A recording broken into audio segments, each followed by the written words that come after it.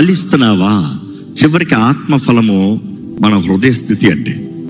ఈరోజు ఇక్కడ ఉన్న ప్రతి ఒక్కరిని అడుగుతున్నా, దేవుని నామంలో ఫలించాలని ఆశపడుతున్నారా? దేవుని ఆత్మ ద్వారంగా ఫలిస్తూ ఇతరులకి సహాయం చేయాలని ఆశపడుతున్నారా? మీ జీవిత స్థితిని బట్టి ఇతరుల జీవితంలో సమ్ చేంజ్ తీసుకురాగలుగుతున్నారా? ఎందుకంటే మామూలుగా దయ చూపిస్తాం, ఒక పూటదని చూస్తాం, కానీ దావీదు మెఫీబోషేకి దయ చూపిస్తాము. మెఫీబోషేకి జీవిత కాలము he is privileged. It changed his life forever. తన జీవితాన్ని ఎప్పటికీ మార్చబడింది.